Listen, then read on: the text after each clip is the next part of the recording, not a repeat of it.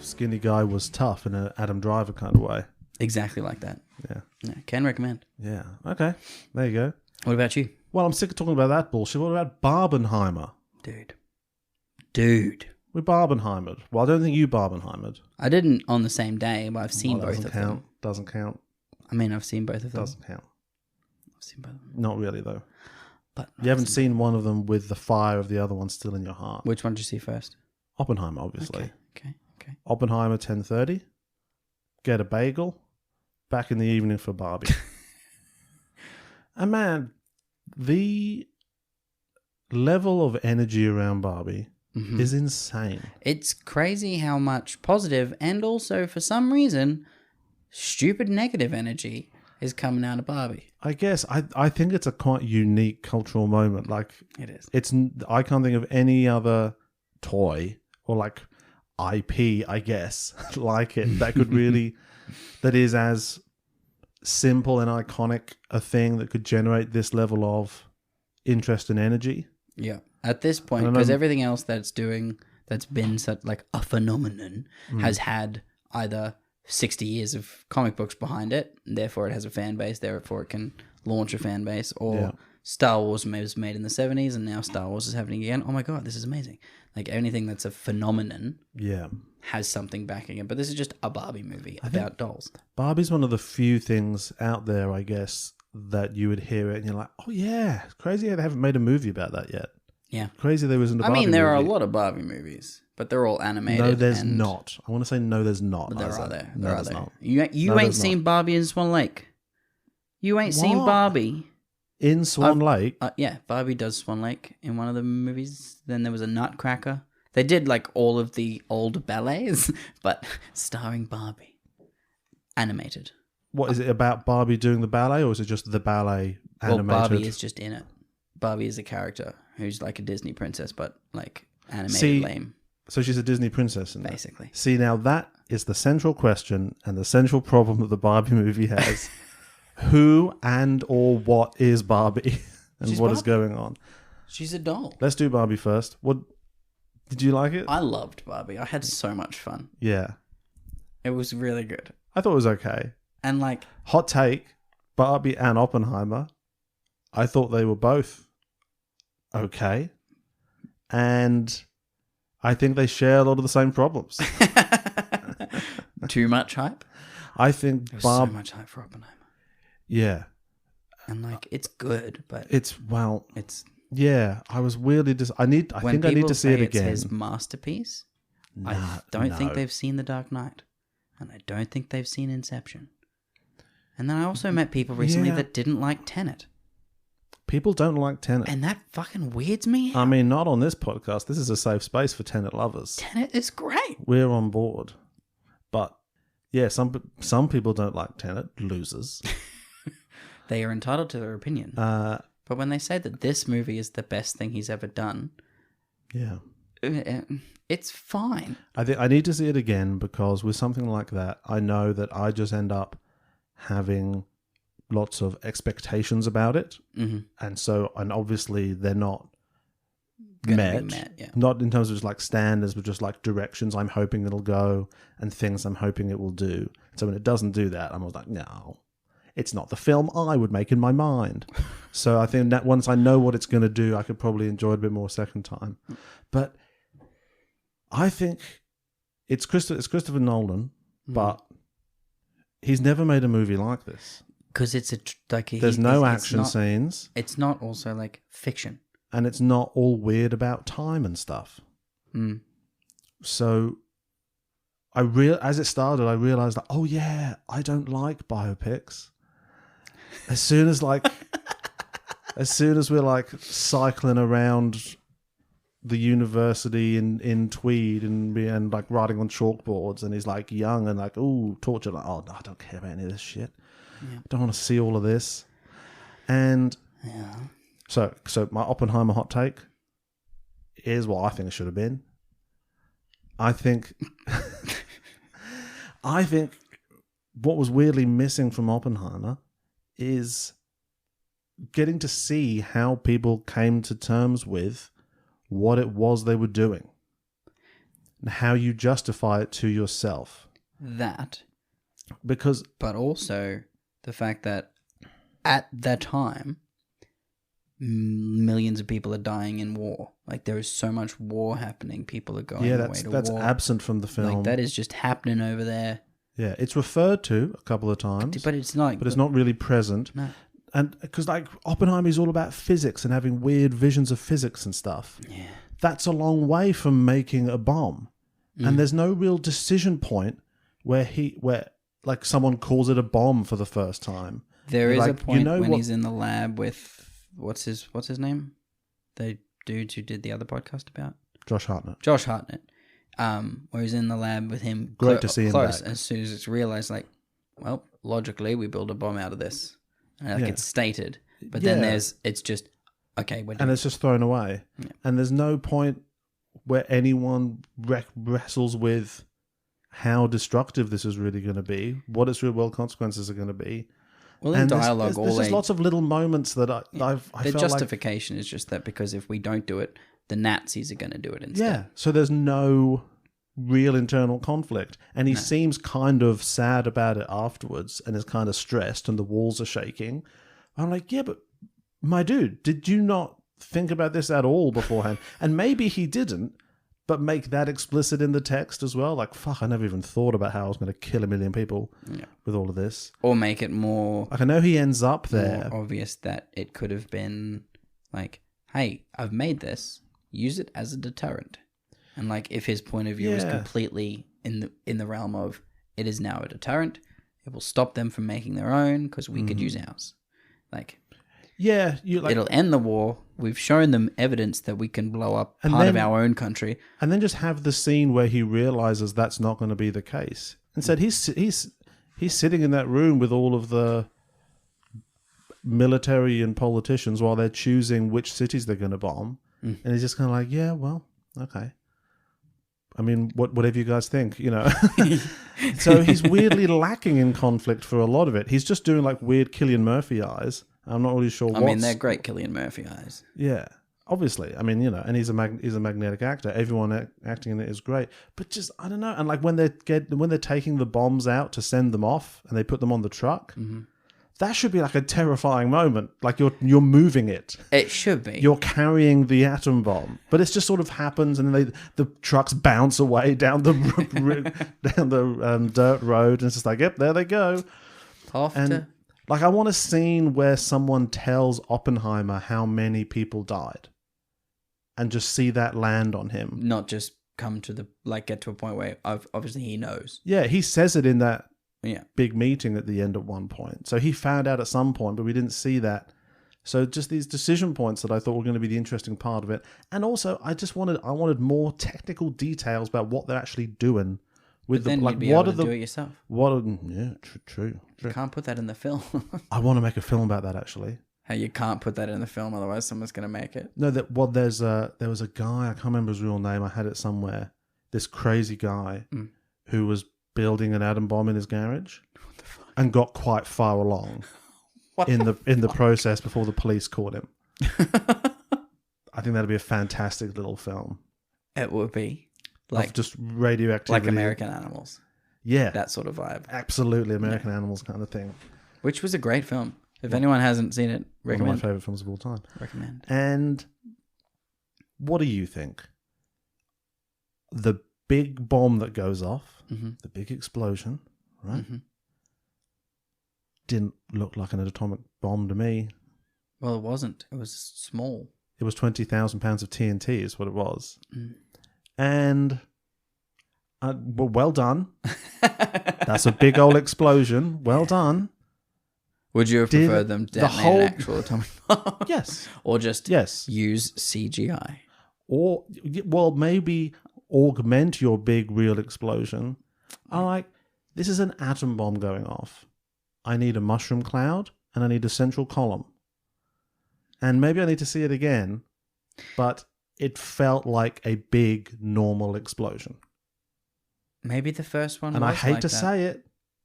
I hate to say it. I don't care if the first one looked like that. I don't want it to look like that in the film. I want it to look like an atom bomb going off. In my version, the movie is all about the relationship between Oppenheimer and Matt Damon's character. Yeah, see, that would be... because they have good rapport, but also like... Matt Damon is he has war experience. He knows why they're doing this. He has the rationale for dropping it to stop the war. So he's a gruff army guy partnered with this nerdy physicist, brainiac. That both of them are needed to get the project off the ground. They find a way of working together. Have a scene where Matt Damon relates something that happened to him in the war to Oppenheimer, so he has a moment to reflect on what's happening out there in the world. Like I've realized I don't like biopics when I feel like they tell the story of the person's life. It's this happened and then this happened and then this instead of this happened therefore or and they feel like there's no cause and effect. It's just because it's just life play happening. by play. Yeah. So then it feels like they feel like they have to sort of put everything in to tell the whole story, and then you always end up with people in fucking old makeup at the end, which I'm on the record as not liking. Instead of that, Sam doesn't like to look at old people. I would make even if they're young people who look like old people. I don't like old people. Old Isaac. people are creepy. I've never liked them. They've got more skin than they had when they were young people. Where does it come from? It doesn't make sense. Where does it come from? Exactly. I think it's chemtrails. Like, so much shit at the beginning with him like putting cyanide in an apple and whatnot. Oh, I didn't need to see that. When Matt Damon walks in to ask Oppenheimer to do that job, that's the first scene. Yeah. Just open on that. So the reason that the apple's in there is because he makes the bomb. Like, he makes the ability to kill one person at the start and then doesn't want to do it. So he doesn't do it. But then he makes the ability to kill lots of people later on and doesn't want to do it, but does it. Like, it happens anyway. I don't know. That's, I guess, the book ending of the whole thing. And I loved Robert Downey Jr. in it. A fantastic performance, but just a different film. Like, he could still be the villain. About much lower stakes. Like, I'm sorry. This is a film about the invention of the atom bomb. And we are spending so much time with a Senate confirmation hearing for, as far as I'm concerned, some guy. And whether or not Oppenheimer gets his security clearance maintained. Yeah, the fact that it's about security clearance is very lame. And I understand from reading some stuff that this was a very big deal because the loss of that security clearance, because he was a big public figure, and the loss of that security clearance basically shut him out of his field and kind of ended his career and removed him from that public position that he'd been in. But that's not made clear in But that's not made clear in the film. Yeah. So it just feels like it's about whether or not he gets a swipe card. Yeah. And even if it was made clear that this is the end of his career and whatever, we just bombed Japan. That's the most important thing that's happened in this movie. Anything happening after the bombing? The most important thing that's happened in a lot of things. Like from many perspectives. Yeah. Yeah, such as Japan. Yeah. And I'm not, and like people say, oh, there's no Japanese people in it. Like that's stupid. That's not what the movie's about. I'm okay with the movie being about this apocalyptic event from his perspective because it's instructive that he doesn't see it and just hears about it on the radio. Yeah. That's saying something about it. Have it be all just from the perspective of their little cult out in the desert there. But that's what the film is about. You can't ask me to be interested in anything else after that, even if it's Robert Downey Jr. doing a fantastic performance. Yeah. And that's Oppenheimer. On the other hand, Ryan Gosling's fantastic in Barbie. Ryan Gosling is fantastic. That is a great cover of Matchbox 20's Push. So the thing about Barbie... I've also very much enjoyed watching all of the strange content of blokes who call themselves alphas making posts and like boycotting Barbie because it's apparently anti-men and all this shit. Oh yeah, well that was going to very much be par for the course. Having a nice time watching the whole time. Idiots do their stupid shit. I think it's great. Yeah, there's lots to like about Barbie. It's fine in a lot of ways. I saw a thing, a theory about Will Ferrell's character in Barbie. And it's like, he's the CEO of a toy company. Yep. But he's wearing a suit and tie, it's Will Ferrell. And then they're like suggesting that he's the character that he plays in the Lego movie. Because that dude has enough money to buy a fuck ton of Lego and have a basement full of it. Therefore, he's possibly the CEO of a company. Maybe he makes toys. That's why he loves Lego so much. And he loves building Lego for his kids. So that guy's job is this dude. So it's the same character. Mm-hmm. And then the theory went on to suggest maybe the reason he loves toys so much is because he grew up somewhere where he made toys. And then it goes to suggest that he is just Buddy the elf from the movie Elf. And when he came into the real world, the only job that suited him was to work at a toy factory. And now he's the CEO of Mattel. And I fucking love that so much. I love that. I love secret trilogies. Mm. Yeah. That's a good secret trilogy. Yeah. There's one of my thoughts about today's film, which we will get to, that I would enjoy this much more if this was just explicitly Pauly Shore's character from his previous 2 Disney movies. Yeah. I'll be honest about today's film. This was my favorite acting by Pauly Shore because there's a lot less Pauly Shore-ness, and I had some fears about this film as soon as I saw it start because I didn't look this up because I didn't want to, but when it started and I learnt that certain people were in it, I'm like, oh god. But I was pleasantly surprised by today's movie. Well, Should we talk about today's movie? Let's not rush it. The thing about Barbie is no one wants us to talk about it, does it? No one cares. I care. Don't look at the time. I just want to know. Don't look at the... How dare you? So rude. The thing about Barbie... What is your thing about Barbie? I find the most interesting thing about Barbie is trying to figure out what is actually going on at like a metaphysical level. Which I don't mean anything fancy, just like, as in, like, how does it work? How does Barbie Land work? Mm-hmm. Because I think it was a mistake to make what the Barbies do and say and feel be tethered to us style people, to their person above ground that's playing with them. Yeah. Because that doesn't seem to translate over to the Kens. No. Sometimes they're doing stuff on their own. Sometimes it's like they get echoes of what the player is doing with them. Well, I don't think it's like the only Barbie you meet that has feelings and emotions from the person who's playing with them is Barbie. But see, the others don't get that. Well, no, but I got the impression that they're all being puppeteered by the one that owns their soul, but because Barbie was being played with by the girl's mum, who is sad, she was getting non-child feels. So all the other Barbies are doing normal Barbie playing, quote unquote, presumably, but it's because the mum was playing with her. But then, the fact that the mum played with her infected the system enough that it then gave all of them technical free will that they didn't understand yet until Ken came back and was like, hey. It gave them all free will? Well, they all can choose to... Well, if all the Kens were being Kens at the start, therefore the little girls or little boys who own those Kens and play with them, make this Ken surf Ken, this Ken tennis Ken, whatever, that's their life. But when regular Ken comes back, he can change all of their lives by saying, hey, you don't have to do whatever whatever the tether is making you do. Yeah. You can instead be a tosser if you want. Like, you choose. But he doesn't gain sentience. But also, who's playing with Alan? Who's playing with Alan?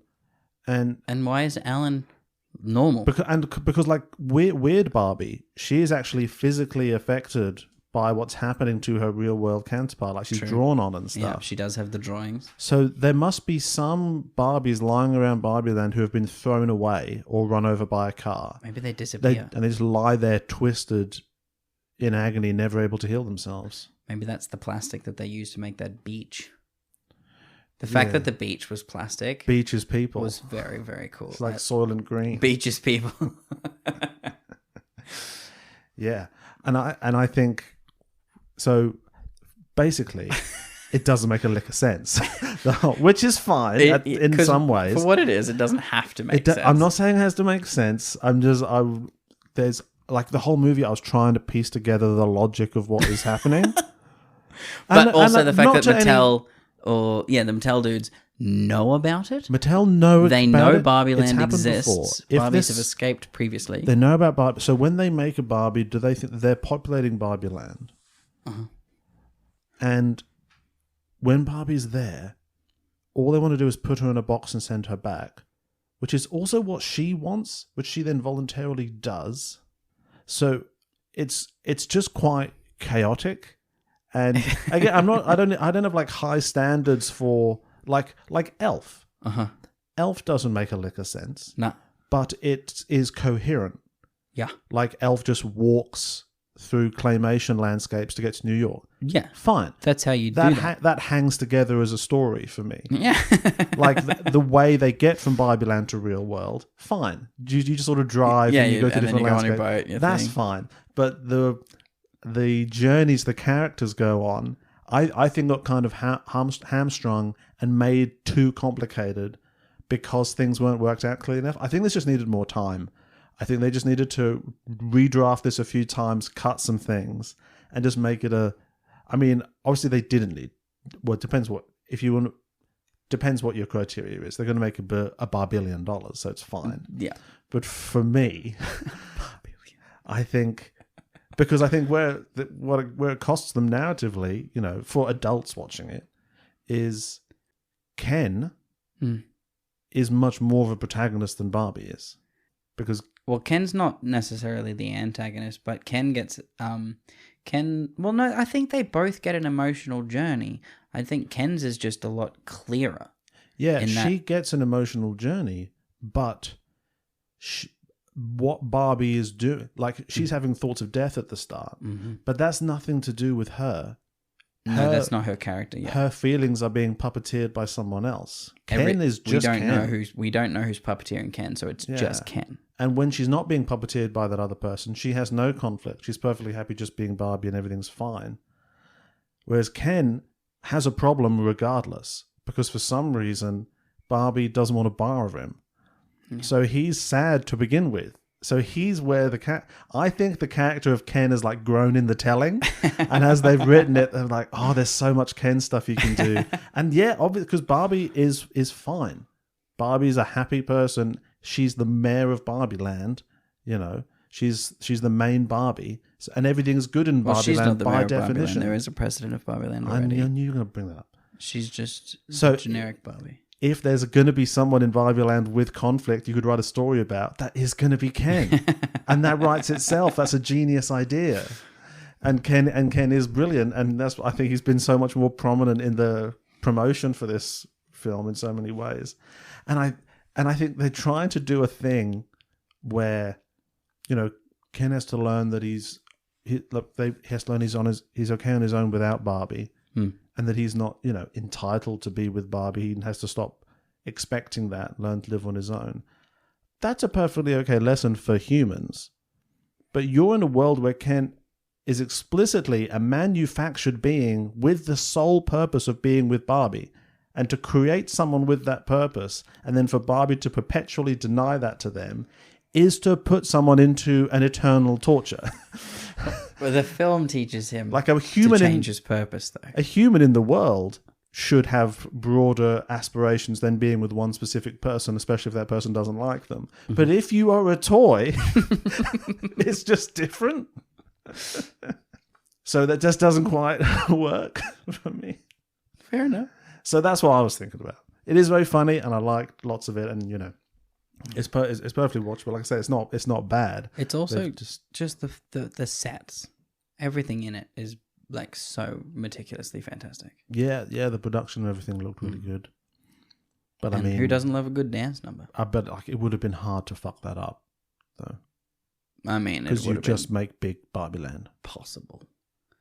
It's possible, but not if you're a professional outfit. I was quite sad that Ken turned out to be the villain because they kept that quiet. They did keep that nicely quiet. Yeah, and the whole time you think Will Ferrell's the villain because you want to, because he's got that villain-esque But he's not. He's not even the villain. But they started writing him as the villain. Yeah. Like they've just I feel like they've written it and just not gone back and changed anything. So they they were writing the villain, and then as they're doing it, they realized, oh fuck, he's the CEO of Mattel. He probably can't be the bad guy of the movie. Well, I think no, because it frames it as the villain, but that's only before you meet him. And as soon as you meet him, you're like, oh, you just love toys. You just love kids. You just love love. But they are doing things that are not functionally, but are coded as villainous. Yeah. Like chasing Barbie and trying to catch her. Sweet car chase. But then she goes back to Barbie Land. Why do they chase her back to Barbie Land? Because they have to get her, otherwise she's going to tamper with Barbie Land. Oh, is it by the time they get back to Barbie Land, Ken's already making changes, so they have to go there anyway? But they didn't know that. Did Barbie they not? doesn't know that till well, they she get gets phone there. calls about Ken's Casa something or other. Mojo Dojo Casa House. Yeah. Lots of fun. Oh, it's so stupid. But Yeah. we're not talking about that stupid movie. No, What are we I guess talking not. about? A different stupid movie. The other obvious comparison point for it is Legally Blonde. So I was listening to a podcast where they said that, in their opinion, Legally Blonde is kind of a better Barbie movie than Barbie. Because it's I think about there's a something to specific that. Barbie.